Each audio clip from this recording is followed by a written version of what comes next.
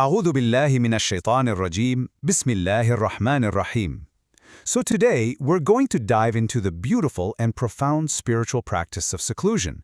We'll be exploring the 21st chapter of Secrets of Secrets by the great Sheikh Abdul Qadir Gilani, with some wonderful insights compiled by Mir Ali Shah. And you'll see, this isn't about running away from the world, it's about a journey deeper into the heart. This right here, this is our starting point. Everything, and I mean everything, we're about to talk about is built on this one simple truth. The spiritual path begins and it ends with the heart. So the big question is, how do you even begin to do that? Well, the teaching points us to a practice called khalwa, or spiritual seclusion. Okay, let's get into this. When you hear the word seclusion, you're probably picturing a hermit up in a cave somewhere, right? And, that's part of it, but it's really just scratching the surface. The real practice has two layers, an outer form that you can see and an inner essence that happens deep inside. Let's start with the one that's a bit more familiar. This is what they call the exterior state. It's the conscious, deliberate act of just stepping away from all the noise, all the influences of the world. It's about creating a physical space of quiet and solitude so you can finally start that inner work. But what does that actually involve? It's really a discipline of your senses. You physically pull back from company that might pull you down. You guard your eyes. You stop looking at things that just stir up negativity or desire. You protect your ears from gossip, from lies. And this last one, it's so important. You hold your tongue. As the teaching says, a person's salvation and their downfall both come from what they say. Now, this is where it gets really intense. Look at that metaphor, a state of death. This isn't just about taking a weekend break to unplug. It's about dying to the world, dying to its temptations, its arguments, its endless distractions, so that something else, something so much deeper, can finally come to life within you. And that right there brings us to the absolute core of the practice. You see, the physical seclusion is just the container. The real work is the seclusion of the heart. This is the interior state, and it's where the true, lasting transformation really happens. This chart just lays it out so perfectly, doesn't it?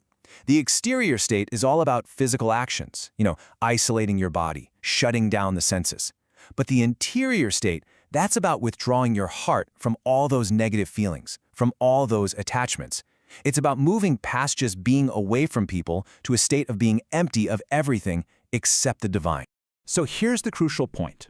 You can be totally alone in a room, but your heart can be completely full of worldly worries, desires, anxieties, what-ifs, and if that's the case, it's not true seclusion. The real goal is to clear out that inner space, to make room for one thing and one thing only, the presence of God. So this brings up the most obvious question, right?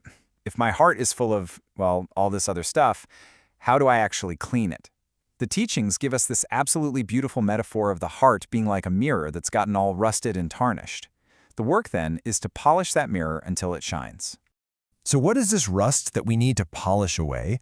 Well, the teachings point to things that are probably familiar to all of us. Things like arrogance, that burning desire for revenge, envy, hypocrisy.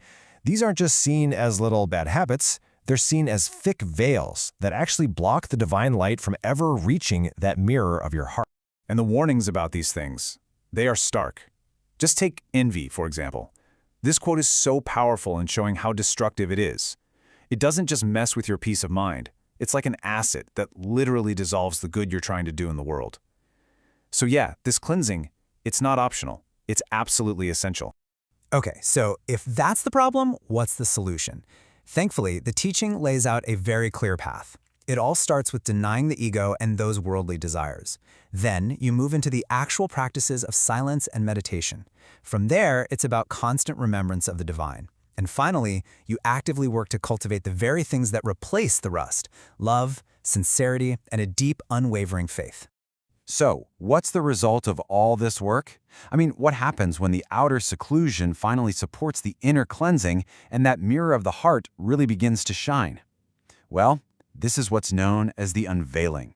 The heart, now that it's finally free from all the distortions of the ego and all that rust, it becomes a perfect, polished mirror. It stops generating its own murky, confused images, and instead it just clearly reflects the light of truth, of wisdom, of reality. It becomes a pure vessel for divine inspiration. And what does a person in that state actually look like? Well, for one, their inside and their outside finally match. There's no hypocrisy, no saying one thing while feeling another. Their soul, and I love how the text puts this, is finally free to sail the ocean of spirit and discover pearls of truth. It is a state of being in constant, moment-to-moment closeness with the divine. We're going to end with this incredible question from the text because it's really a reflection for every single one of us. Just imagine for a moment that state of perfect alignment where who you are on the inside is exactly who you appear to be on the outside, where your heart is calm, polished, and reflecting only truth. In that kind of profound inner peace, what chaos from the outside world could possibly disturb you? It's a goal and a question worth sitting with for a while.